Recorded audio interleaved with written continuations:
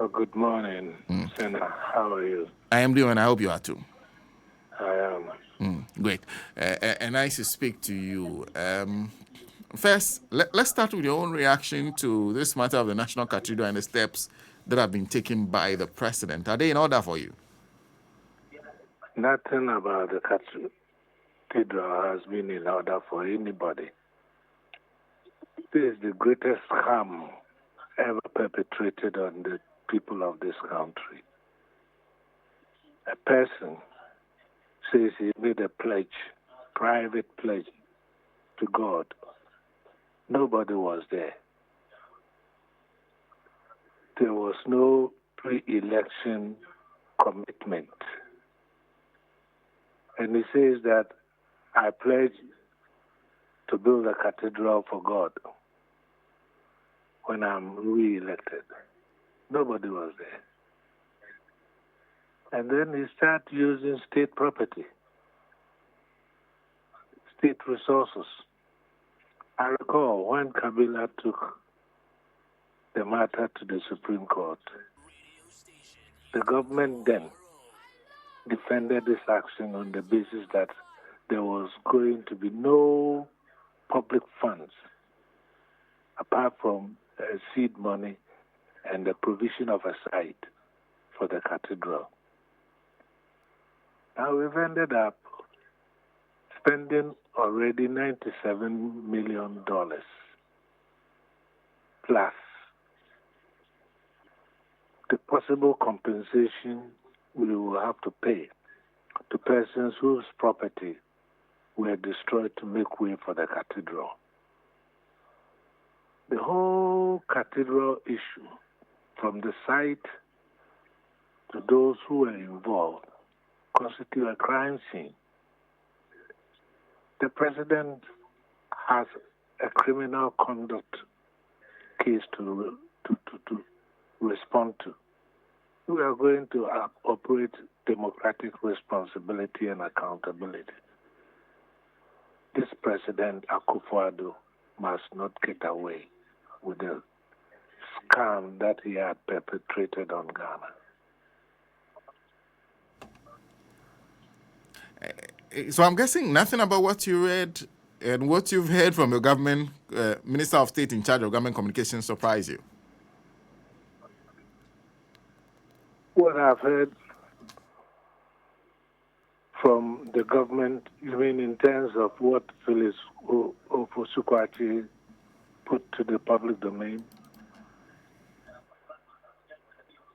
Yes, Hello? yes, from the audit report. Yeah. He also said there was going to be a follow-up forensic report. Yes. Forensic Yeah. means the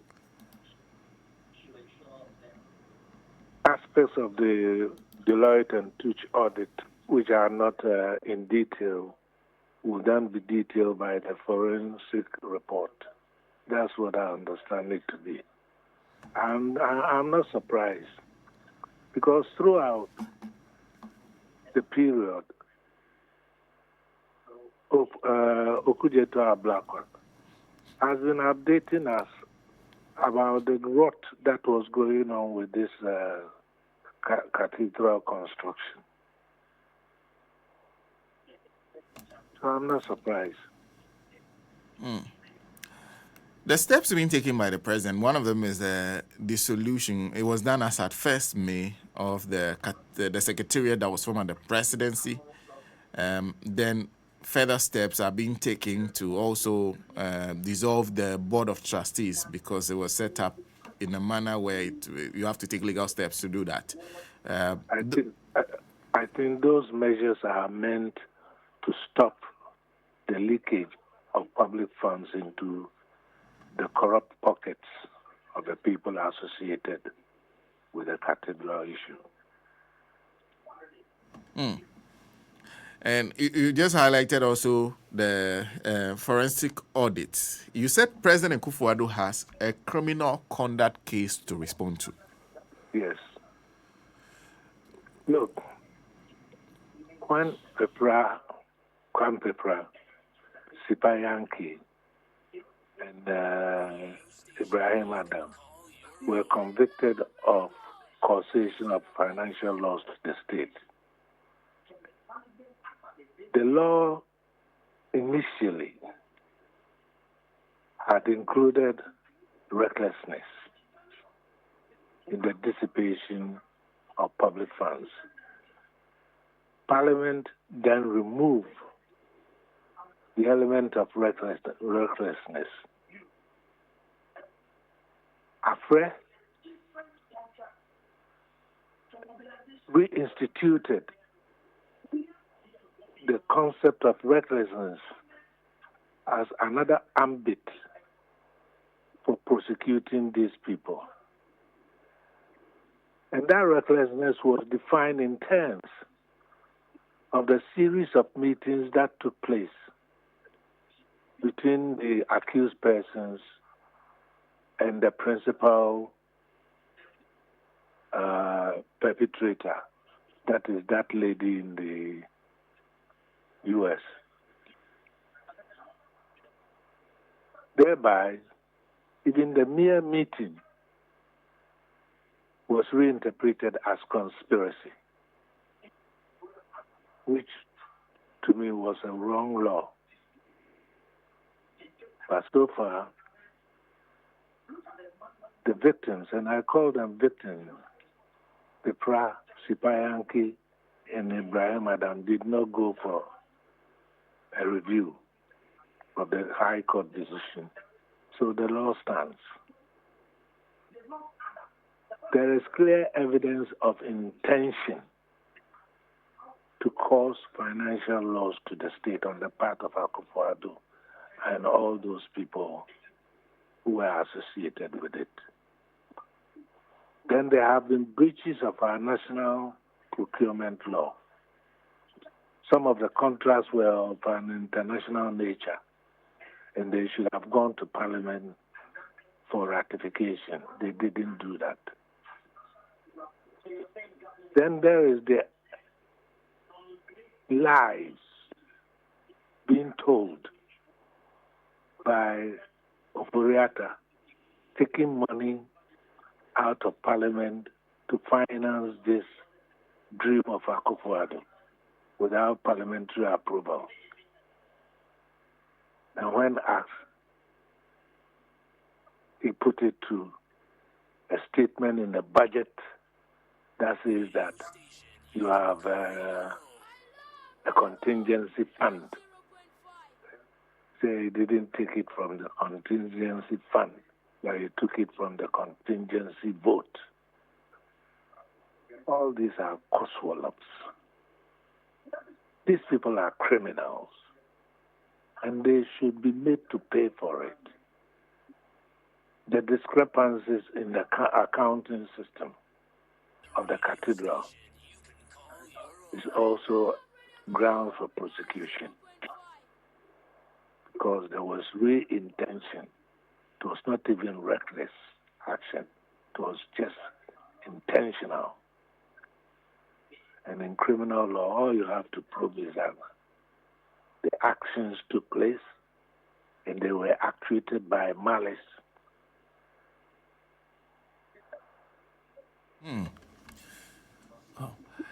Having said that, this is the response of the board of the National Cathedral Trustees. In fact, we note with concern that the press conference held is not a full disclosure because it focused mainly on the management letter and not the actual audit reports for 2020-2023.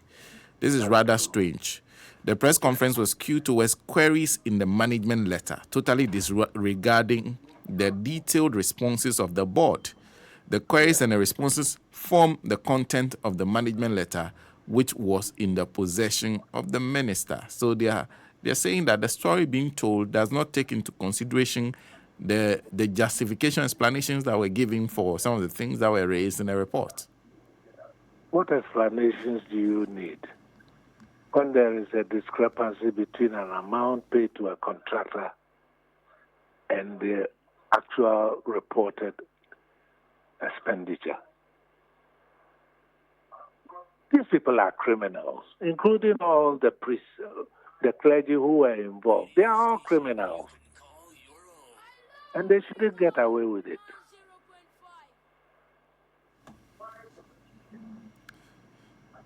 What is disputable about the fact that you didn't go for procurement ratification? Is it difficult to surmise that you wanted to avoid legal accountability? You've sinned against the procurement law. And we've seen people who have sinned against the procurement law go to jail. And these clergy people who were involved should be sanctioned. And there is this bit about donations made by private entities which have not been accounted for. Yeah. That one too should be uncovered by the forensic audit. To me, the problem is that the judicial process very slow. That's why the regional tribunals must be activated so that the people will see justice being done.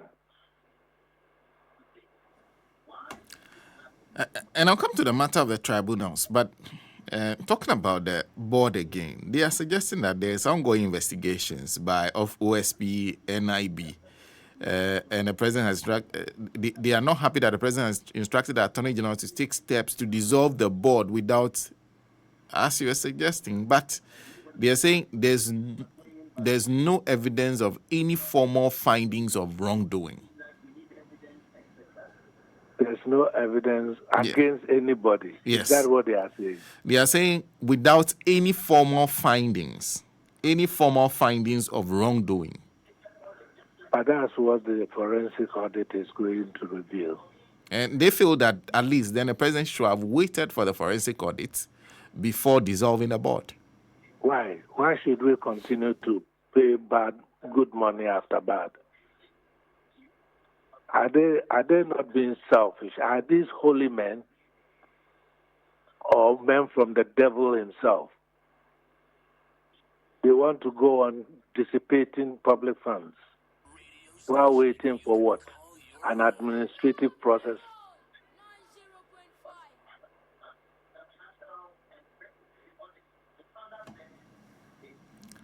But the reason they are more disappointed is that they are saying that, and this is a quote from Tilda's statement, this is particularly troubling given that, acting on the president's directive, the board was actively engaged in discussion with the Minister for Local Government, Chieftaincy and Religious Affairs on the future of the project. A corrupt board. A board that sat down and watched the wanton dissipation of public funds and did nothing, did not even inform the general public, should continue to enjoy the privileges. This is nonsense. This is nonsense. They are saying that because the scepter of accountability is following them hard on their heels.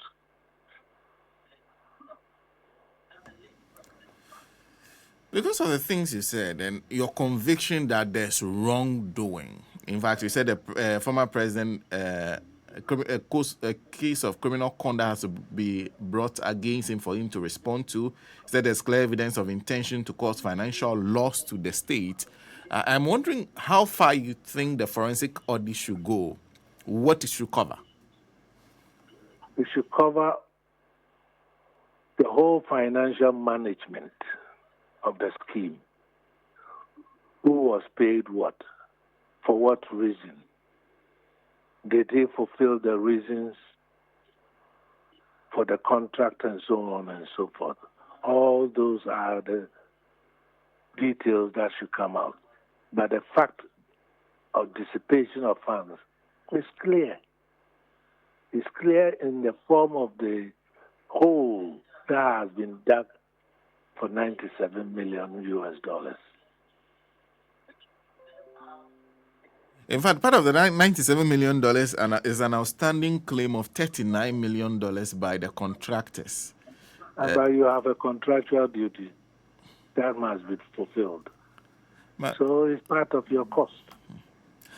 but since that has not been paid, you've been on office before. What do you expect the government to do to at least, if there's a way of maybe negotiating this further or anything, so that we don't incur any further costs? Well, maybe, like you suggest, it must go into negotiation. The contractor wants his money for doing no work at all, but we are prepared to pay you something. If you insist, we will then go to arbitration or to court and say that this contract was not sanctioned by Parliament. Is a contractor not a foreigner? Yes. If you are a foreigner, then the whole project should have come to Parliament. Not the concept itself, but the bill of quantities. Because every contract, especially a construction contract, must have attached a bill of quantities for parliamentary perusal and approval.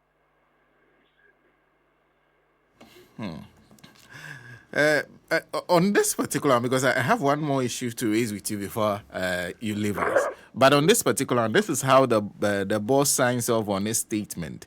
As a board, we take the responsibility to lead the development of the National Cathedral with a firm conviction that this was a critical national infrastructure. Despite the challenges the project has faced, we remain committed to the vision of a national cathedral for the nation. They haven't repented, or they adapt. Was it not Kufo-Addo's private project that suddenly metamorphosed as a public project? Whose approval did he seek to build a cathedral? Was that part of his manifesto promise, or electoral promise, or a parliamentary approval? The man went on an adventurism, and it has backfired. Monies that were taken from the so-called contingency fund without parliamentary approval itself constitute causation of financial loss. And then you don't go for approval of the procurement agency when the law says you should. You sole source and give the money like Agrada Sigagari. Doc is always you're monitoring in that development, I guess. But I wanted to take your view on something, because I know you monitor keenly what is happening in the Ghanaian space. You've been engaged in our elections. Nowadays, you are unable to do a lot of the work you used to do. But I'm wondering what your own thoughts are on this discussion about the violence that happened in Ablekuma North being the worst ever, and us not allowing it to go. In fact, Dr. Bawumia has even promised that when they come to power, they will prosecute those behind Ablekuma North violence. What do you make of the way that discussion has gone? And do you think there are worrying developments that we need to do it? Is Bawumia also prepared to prosecute all those nefarious activities that went on in Kumasi, Ayawasu, West Wogon, and so on?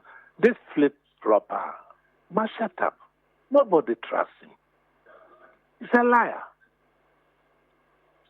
But when all is considered, the increasing violence, especially during by-elections, gives serious thought for concern.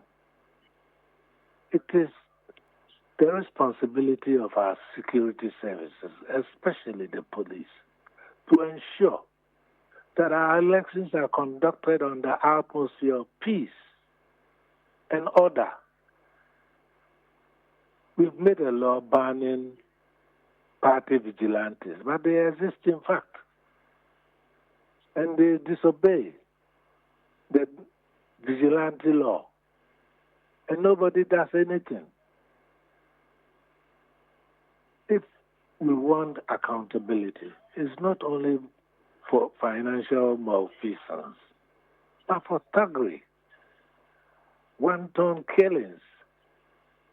Those who shot directly are civilians at our Ayawasu West Wogon election are still walking free. Techiman South, they are still walking free. Talensi, they are walking free. Atiwa, they are walking free. What are we breeding? Huh? These members of the vigilante groups, they should go and find some gainful employment and stop following political parties. When we were in office 209, many were those who came to my office. We want to form Friends of Mohammed, Friends of Atamils. I said, you people go. Just take it somewhere to the party office. Don't come and involve me.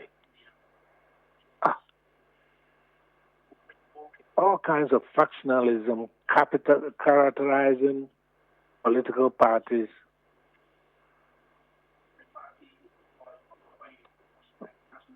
Then it's just too much. This our democracy has found itself in a real bind.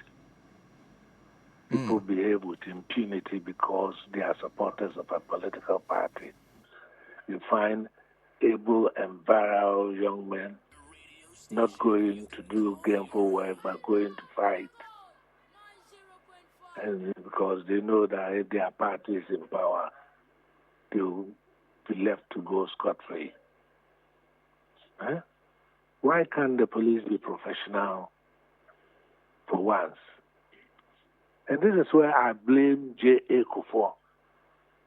President Kufo is the one who destroyed our public services by planting individuals there as special assistants. He started that nonsense.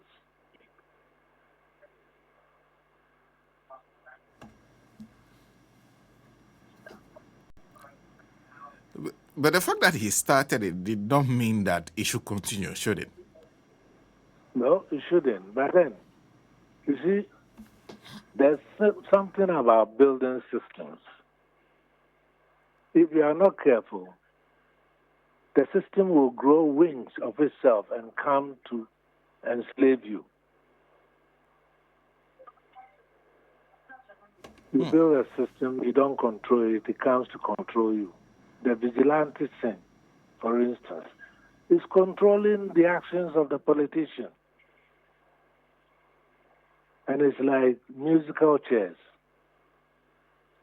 One supporter does something under the regime, goes for scot-free. Another comes and does the same thing or even worse and also goes scot-free. If President Mahama means to reset the country, discipline and lawful behavior must be of prime importance in this resetting of the country. Because you cannot rely on individuals to change their attitude and behavior orientation. You have to enforce it. Ghanaians, that's what we understand. Buga buga. Enforcement. In fact, one of the people who has come, because the discussions have also gone into who she is and the type of contribution she herself has made to the state of affairs. And people feel that she's a victim of a system she's been part of erecting, and that's Hawa Kumsing. She's been asking There's no for doubt about it. she's been asking for justice for her, that she was beaten up, that something should be done about it. Well, the Ashantis have a proverb that says that enye da over tubo a chafrao na mpafi besu. The things that you did in the past, you will get your comeuppance, not immediately, but after. It's one woman warrior. But nonetheless, it's the phenomenon itself that is disturbing. The phenomenon.